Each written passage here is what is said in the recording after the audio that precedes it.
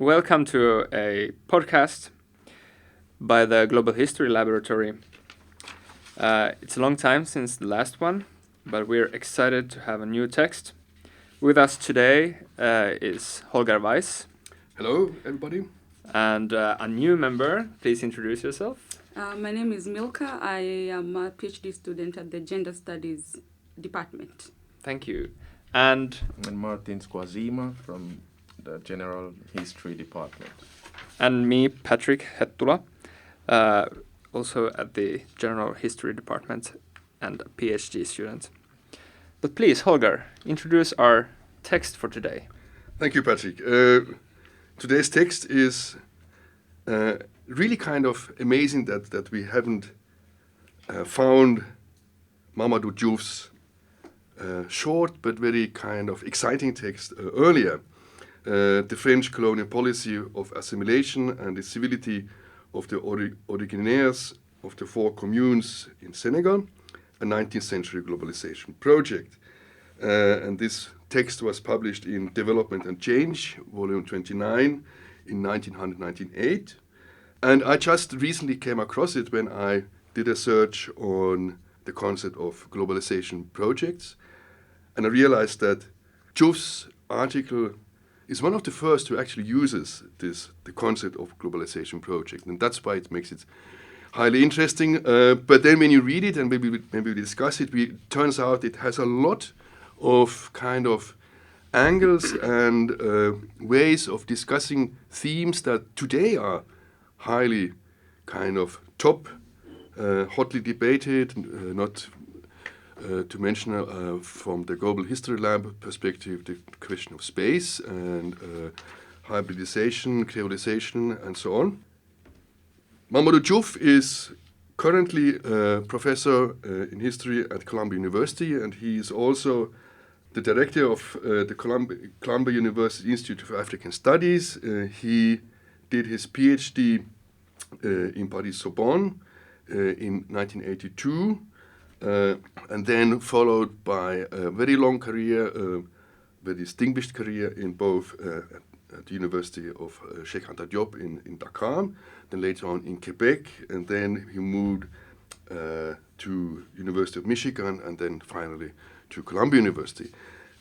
So this is kind of the short introduction of the person and the text that we're going to discuss today. And the floor is open.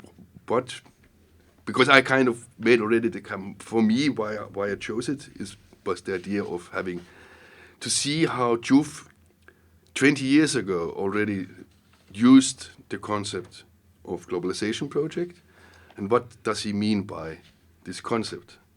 I mean, I was also really surprised actually that I haven't read or found Diouf earlier, because this paper in particular, it really is close to the kind of research I'm doing myself on the Gold Coast during a British colonial setting, where also people find themselves in urban areas orientating between different kind of jurisdictions and using them to their benefit. But the general perception usually of these kind of colonized people is of really that doesn't give them agency, and really doesn't give them this kind of a space of mobilization and interpretation of laws and jurisdictions and traditions and culture. That in this paper was really interesting how he with this kind of actually 4 different cases or 4 communes shows how the inhabitants or citizens in these communes use their position in this particular space, and he has a quite interesting definition of this urban space, which he and these people, these originaires, living in this space who are not the same as the indigenous people or the metropolitan, but constitute of these kind of people who he has a definition here of these habitants or originaires in these communes. And I'm talking about Saint Louis Gorée, Rufisque, and Dakar, that were African people and mulattoes residing in the four communes, who accumulated enough wealth and capital to go into business and other activities and were granted French citizenship status. They did not consider themselves and were not considered natives. They were different from French colonial administrators and commercial agents, so-called metropolitans, posted and operating in the colony. And I found this group of people it's quite similar to the Euro-Africans that I'm looking at in the Gold Coast coastal areas and towns, who also are in a way a separate group of agents who use their different identities and different networks to pave out their own space in this colonial setting.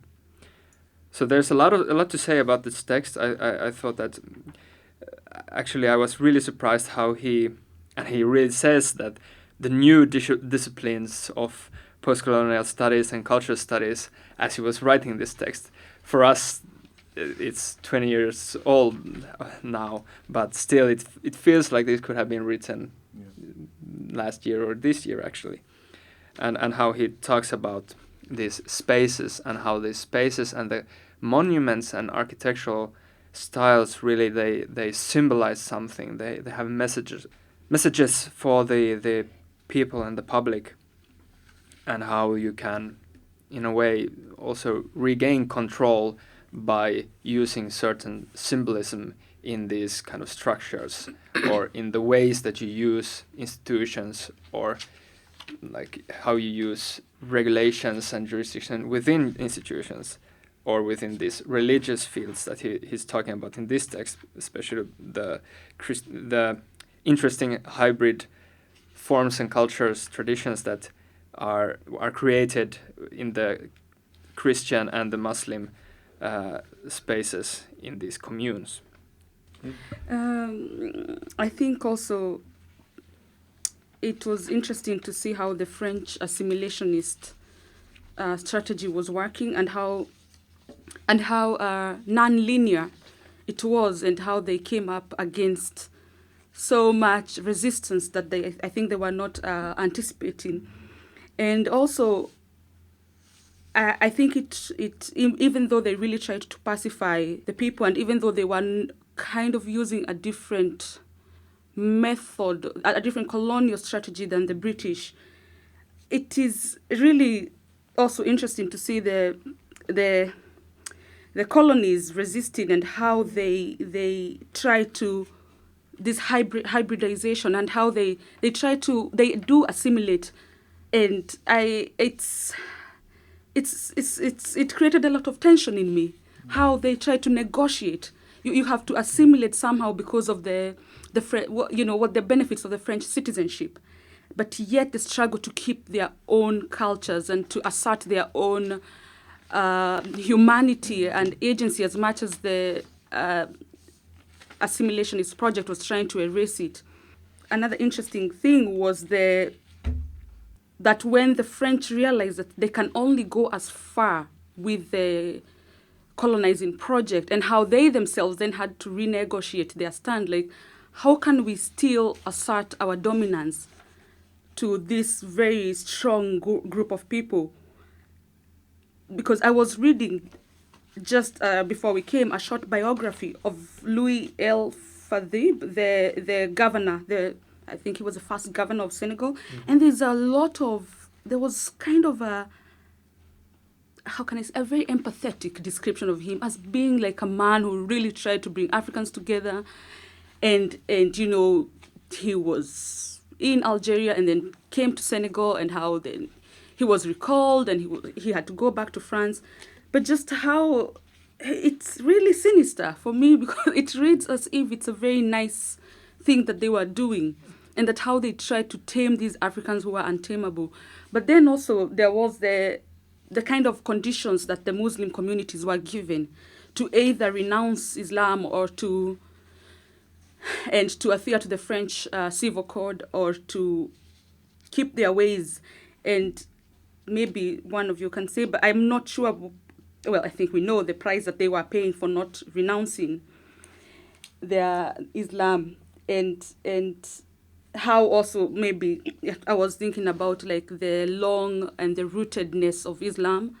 I wonder whether that was also what was giving them the kind of assertion versus the the Catholic Christians, who maybe in one way it can seem, or I think there's different ways of reading it, or how they assimilated into the religion, but also how in the assimilation they still kept their own indigenous ways, and so it became like this mix of an indigenized religion, which was not what the French missionaries really wanted. It's really interesting that for me, growing up in a region of West Africa where much of the discourse was situated through indirect rule, it's interesting to study Diouf's presentation of the assimilative policy of the French colonial project. And his text actually raises for me some really interesting concepts, which I believe in the Global History Lab we could also expand a little bit further. Terms which I actually coined in my own thinking as pacifist citizenry and the conflict of Islamic and secular law. I also see architectural resistance to the colonial project as a globalization discourse, and I also see the concept of visibility as something that actually played a huge role in the shaping of the colonial project, what visibility entails, and also the propensity of religious discourses in the colonial project, inventing the Originaires, so to speak, architecture. In other words, a reinvention through the colonial project of the local culture. So those are really interesting concepts for me, which I think Diouf succinctly and in a very interesting manner presents. But for now, I'll just start with the idea of the resistance through architecture, especially from the religious perspective. Just before the seminar, I was looking at the pictures of the two religious architectures which he mentions here: the Great Mosque of Dakar, and also the cathedral also in Dakar.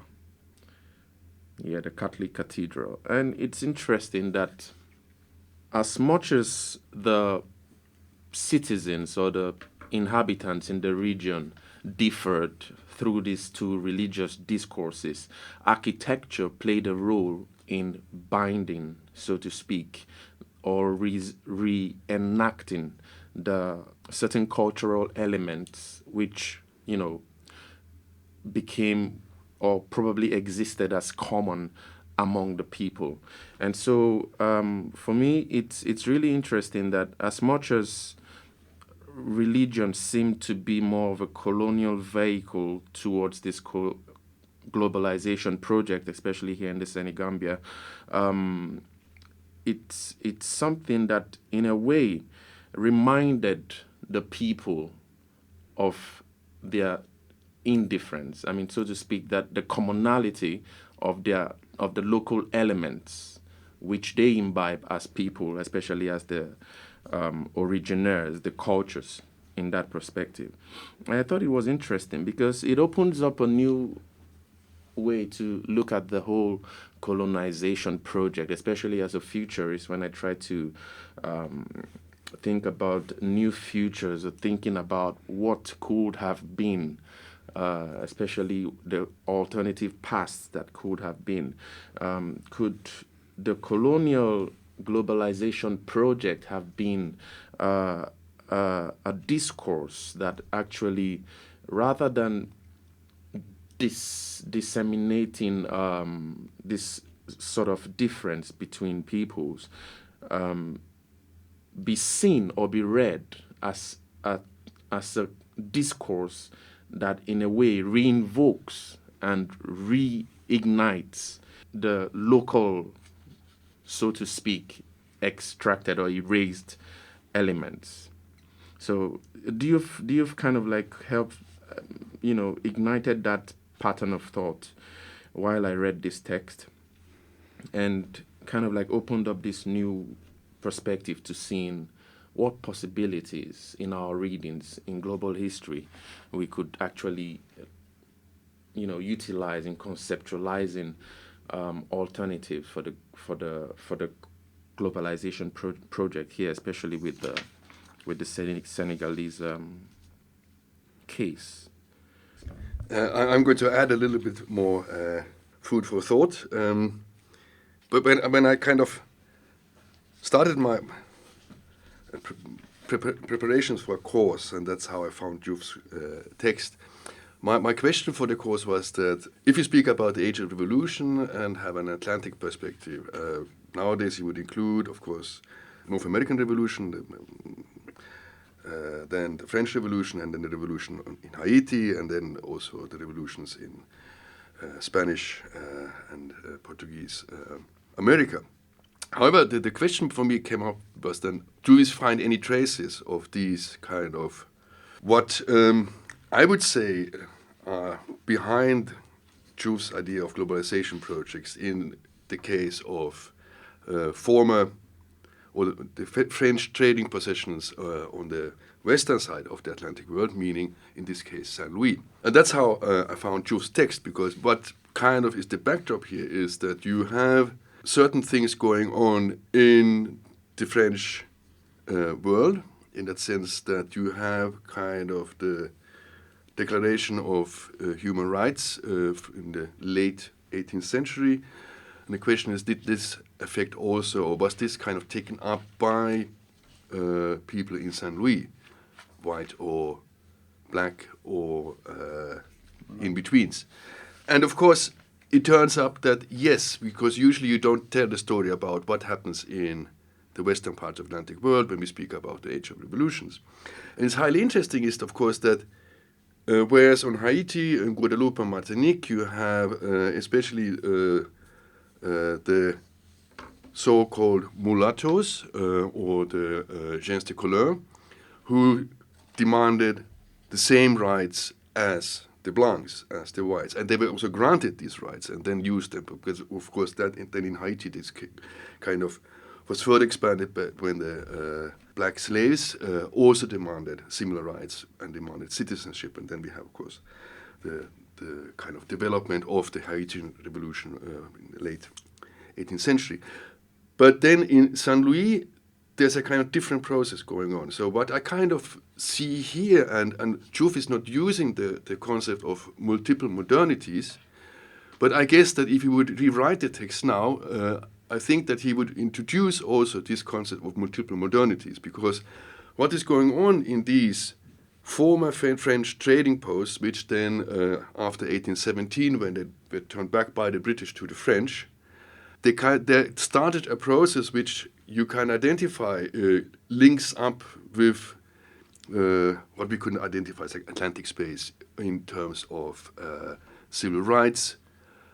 But then in what then became the quatre communes, these four particular places or sites, territories in today's Senegal, the way of how local people, Originaires, then kind of articulated the idea of civil rights, of course, was different to articulations of the same rights in France or in the Caribbean. Because the outcome there was, what Diouf then outlines is that, yes, we want to have the political rights and we identify ourselves as French citizens, but the kind of core question, this was of course especially for the Muslims the case of that we do not want the new Code Civil. because, and there was the clash of the French civil law, the new civil law, which is an outcome of these movements and discussions and kind of developments in France of creating a new civil law, was conflicting with their own way of living as Muslims, but also applying the Sharia, the Muslim law, in particular in civil cases in terms of marriage, which is the kind of the core question here. So, and then it becomes very interesting if we kind of put in asking the question of how Diouf, from our perspective, as we have been working quite a long now with the question of locating the global, for me is that this is a very interesting case of different globalities being present at the same spot, where you have kind of a French white globality, which comes in with the French metropolitans, be it either the colonial administrators, you have a kind of Catholic globality, which is different to the French secular one, and where we kind of have this tension between some Catholic priests trying to stick to orthopraxis, the way of Catholic norms were kind of interpreted and lived at that time, whereas other Catholic priests would have a kind of more open perspective to local African practices. And the same kind of goes on with the Muslim population, especially in the Communes versus outside the territory, where he kind of brings in the inner development among the Muslim originaires, who kind of, in a sense, foreshadows a development that we later on, let's say 100 years later, we could identify that they move away from a more kind of Sufi interpretation and being kind of linked to, or having the ulama, the Muslim scholars, as go-betweens, to a more kind of personal reading of the Quran. Whereas outside the territories, you have the kind of the Sufis, what they call in Senegal the marabouts, who kind of are developing and living a different kind of Islam as what was perceived by the Muslim originaires in the Commune, because they identified themselves as French citizens. So this is kind of shows nicely the complexity when you go on a particular location and try to ask these kind of difficult questions. What happens with this particular group of people who by themselves become split? You have Catholic originaires and you have Muslim originaires, but who are not, and who identify themselves as not being like the African population outside the territories, because they have rights, and these rights they want to defend. Whereas those who live outside are not there. But we could then later on, like Mahmoud Badani would kind of make this distinction between citizens and subjects. So what you have inside the territory, they would be citizens. Outside the territory, which is today's still Senegal, they would be subjects, ruled under different law. And there's always the question of law here, which is kind of goes back to the bottom. And also for the Catholics it's a problem, because the French state is secular. It's a laicist state. So you find here kind of, you have actually many modernities which are at play, and how they are kind of played out. The governor, who is a representative of the laicist state, might be a Catholic, might not be a Catholic, might go to church, might have a good relationship with the bishop, but might not have a good relationship with the bishop. So that's one part. And then you might have the governor being kind of Islamophile. So he would start to build up a relationship with the Muslim communities or with the marabouts outside the territory to kind of, for his political purpose. Whereas inside you would have different people then again, kind of, I wouldn't, maybe we want to use the term resistance, but I would also say kind of, I see pretty much of hybridization going on. I see pretty much of adaptation going on. I see pretty much of amalgamation going on. I see pretty much of what you use the term negotiation going on. In a sense, these local people know their rights, and it would be interesting to know whether it would be possible to go inside of one of the houses of these Originaires and look at their bookshelves. What books would they have in their bookshelves? Because it seems that at least some of them would know exactly the discourse that also the metropolitans, whites, were using, and thus being able to play it out. But this is, of course, not in the text, but this is kind of thoughts that come up.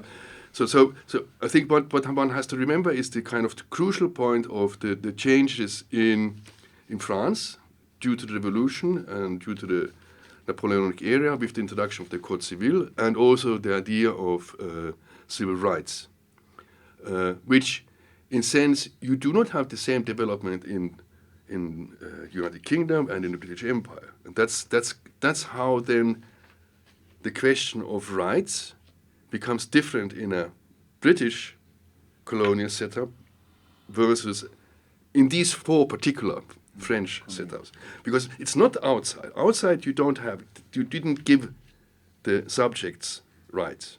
It's only in these particular four communes. Taking the discussion on the same path, I find that there are many elements that Diouf presents that are really crucial to this kind of explaining what is going on, explaining what these people are trying to achieve also. And I thought that Diouf's approach by talking about this, as you were also saying, adapting and redefining, but also what he says that inventing, as this was something innovative, this initiative to establish something in a space that is really, there's tensions between different power relations, or even tensions between different constructions. And he's talking about this, that this space is being constructed as they are moving on, as they are trying to understand what the implications of different jurisdictions will mean for them. What will protesting mean in case of public space or in the case of personal space? And they can see that there's leeway in the other when there's no leeway in the first one. And I thought that the way that Diouf in a way explains the territory or the geographical space for the black is not a space that they possess, but that there is leeway, or as you were saying, negotiation leeway for the black to imagine what this space could be for them. But in the same time, it's difficult, of course, because negotiating this kind of space means that they also have to assimilate to a degree. What degree is up for negotiation, as Diouf in a way states. But I think from this, the only way for them to actually have some kind of control over this space is to imagine it. And they imagine it in these really interesting, innovative ways, where the different kind of structures combine or construct something new, where it becomes really interesting to see how the French react when they're trying to unify their own colonial project. Is a project of unifying these colonies under French rule. And then, of course, we would need to read more about Diouf as he goes on later in the 20th century, as he introduces Senghor and the independence era and so forth, and what happens as he explains in the really closing remarks in this text, that he explains that negritude in a way wins over this pluralism and diversity. And instead there's this authoritarian ideology that strives to unify the people in Senegal. Another thing I was thinking about in addition to space is the French are very preoccupied with reproduction and how the widely practiced polygamy in the four communes was really seen as a barbaric practice, because it really it meant that the composition of the people could really differ, and I'm not sure whether the communes were allowed to integrate or to intermarry. You see, the problem is that according to the Sharia, polygamy is not a problem. You're allowed to marry up to 4 wives. Yeah. And in African local tradition, polygamy is neither a problem. It is from a kind of Christian Western kind of the idea of marriage, which is monogamous. It becomes a problem. And that's why the civil law is the problem. Because French civil law says marriage is man and wife. Yeah. Whereas local traditions, be them African or Muslim, would say having many wives is not a problem. It is allowed. Yeah. So then I think the question in light of that would be I then wonder, how did they try to control the polygamy and they do say there was a problem of orphans and that they had to take care of the orphans, and they called this unbridled fertility of the Africans. So that's just a small comment I have about what really, maybe more has been written. I'm not really familiar with the French West African colonial project, but I just wonder, because now we can talk maybe about eugenics, but it would be interesting to see how it manifested itself, or how they tried to control the population or to stop the polygamy or to...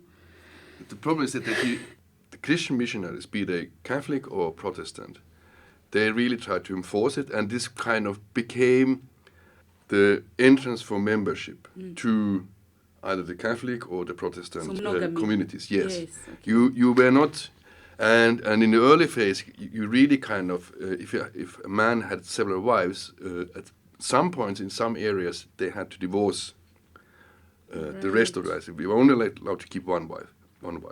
However, from the colonial authorities, and especially those who were anti-church, in the French case especially, but also in the British case, they would realize that they would be very cautious of really pursuing the question of monogamy too far. So what you have both in the French and in the British colonies, the Portuguese I don't know, but we have similar kind of developments there, and also in the Belgian case, is that you would turn your eyes away. In some, especially if you would have chiefs in the British case, when I know from Ghana, is that, which still is the case, that they would be a member of a Protestant or Catholic church, or would be Muslim is not a problem. But as a chief, you are supposed to have many wives. So the trick is then whether you would call all your wives, or what terminology you would use. So the trick what was in the case that the ideal was one man, one wife. The praxis became much more complicated. And again, the complication comes with registering the marriage, because when the husband dies, who inherits? Yes.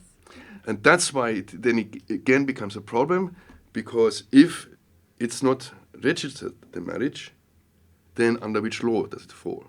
And it was in all of the colonies, this became a problem, and still is a kind of negotiated issue, because and a tricky issue, because if the post-colonial state follows, and in most cases follows either the French civil law, which kind of became quite universal, or then the British common law, but in both cases you would have when it goes to family law, it you would have troubles of recognizing more than one wife. In areas where you accept Muslim law as family law, which has a different kind of also rulings when it comes to inheritance than this kind of European Western civil law, you kind of try to negotiate that space in a sense that if the marriage is registered under Muslim law, then Muslim family law is applied. Because then, and this is a quite long process to get And this is what we can also see here in Diouf's case, how the negotiation goes on, saying that for the Muslims that Muslim law, Muslim family law, has to be recognized, because then we don't have a problem. If our marriages are only recognized under the Code Civil, we have a problem. And that's why kind of, and you're quite right, the question of reproduction is kind of the core question. But it becomes a political question for the colonizers not to kind of push this question too far, because then the outcome would be a rebellion. And you would lose power, because that you know that you are too few. So you kind of, you try to find a kind of in-between space. Yeah. For me, I think it's also interesting to see how these discrepancies and this pluralistic environment, so to speak, sort of arouses a certain enlightenment in the case of the Originaires, from the perspective that they really started to really question their civil rights and what really makes up their civil rights, and how also it divulges into the production of citizenship. Like, the Senegalese situation arouses this thought for me on how citizenship is produced and was produced in the Globalization project, and how this sort of pacifist discourse towards citizenry manifested in the Senegambia region. And it's something that we need to expand further, and how, the post-colonial agency today actually still reenacts certain of these colonial discourses, because I still see the re-emergence of these I hate to call them past futures, but somehow they echo certain re-emergences of these so-called past futures in the post-colonial present today, and how to really reconcile it, and to really ask the question of, at what stage is the globalization project really?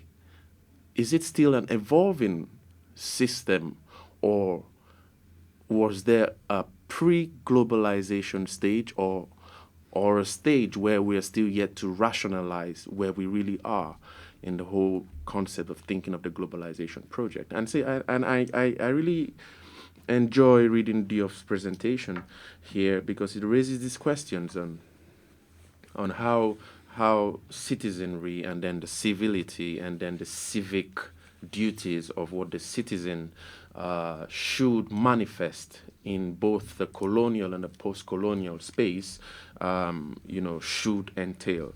And also, secondly, is the layers of complexity which Holger, you raised in this space, in the sense of, when I try to really post-structuralize the entire edifice, thinking about the Originaire initially sifting through pores of Islam and then Catholicism, and then at the same time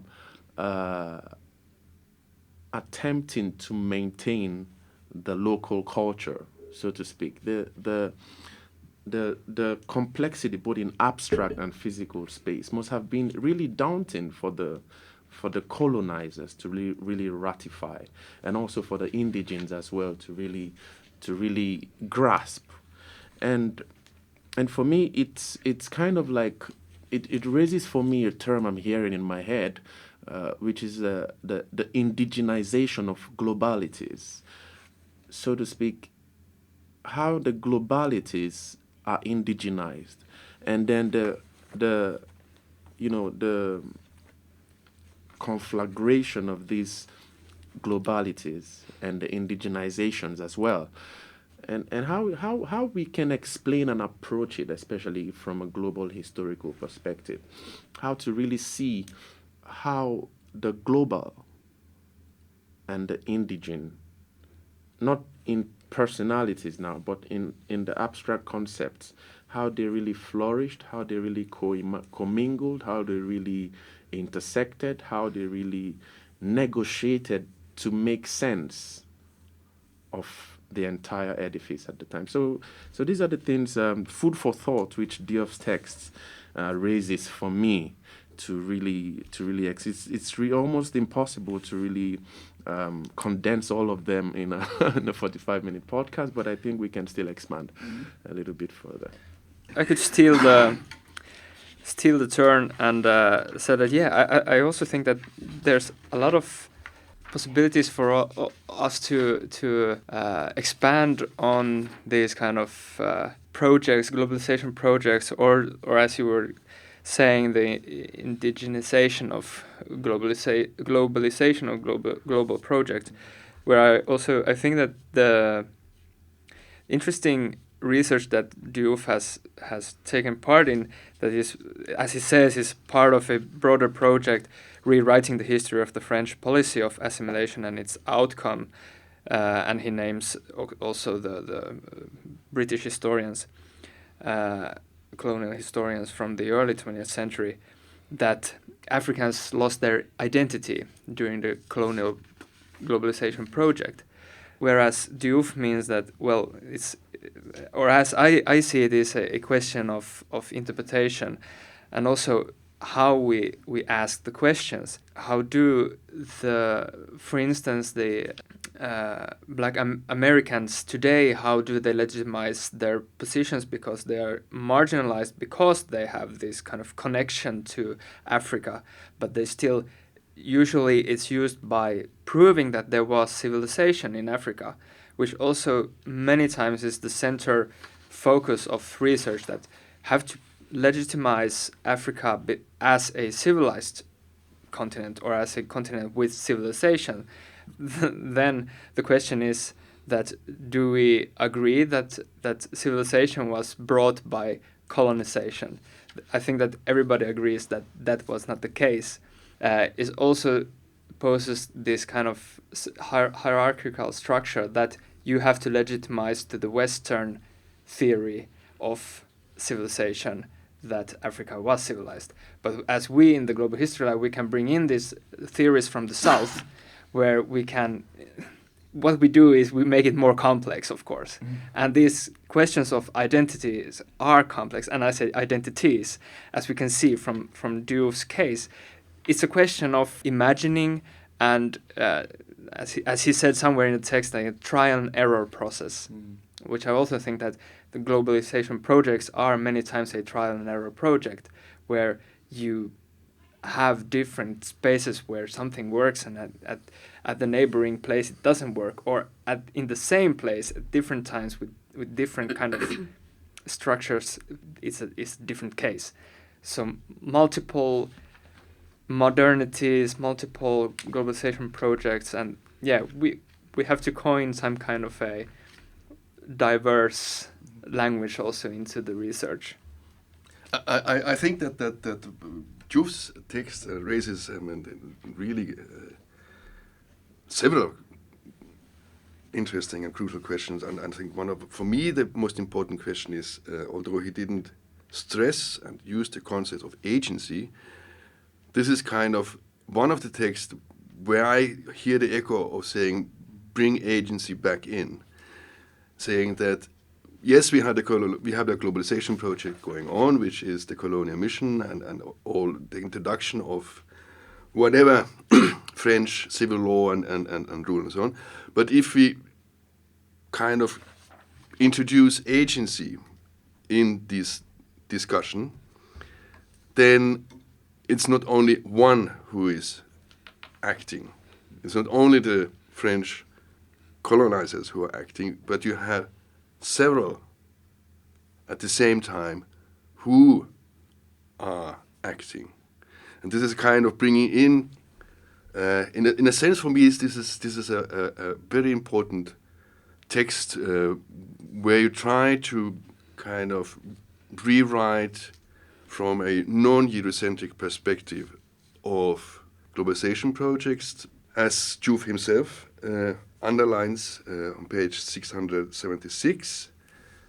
This study defends the thesis that assimilation as a policy did not reduce the areas of innovation and creativity available to the colonized. I mean, this is kind of, for me, the core kind of starting point where I really think that if he would be asked nowadays to kind of rewrite this sentence, I would guess that he would bring in also the concept of agency here, because that's kind of the crucial point, saying that yes, it's not a top-down process, but as much it is kind of these who are affected by the new ideas either take some of the new ideas. Yes, we are French political citizens, but reject others. Say, no, we don't want to have the French civil law. And I think that it goes on, which kind of, where he says that people possessed and indeed exploited possibilities for hybridization and selective modes of acculturation. So this is kind of the second part of where he says that we have to take agency really kind of as the core point of saying that, no, they are not passive. None of, be them within the territory of the four communes and outside of the territories, they are not passive bystanders. And he also kind of later on the text, he speaks of a threefold modernity: Islamic, Christian, and political. Isn't this what you would say multiple modernities being at play at the same time? So it's kind of he foreshadows so many of these concepts that nowadays are kind of really hotly debated. I had another point in addition to agency, because I was thinking of borrowing this phrase coined by Black American scholar Saidiya Hartman, where she said that post or after slavery was abolished, then came emancipation, but she said that it was a non-event of emancipation, such that Black Americans were maybe legally emancipated, but then so much was foreclosed. And then I was thinking of the non-event of citizenship in the communes, such that it was kind of this freedom, but freedom under duress. So yes, they could participate in the suffrage, but still it was controlled, and they were required to adhere to very strict conditions, one of them the French Civil Code, and to kind of renounce their own traditions in a way. So I'm just thinking, yes, there is agency, but it's really constrained and it's really policed, basically.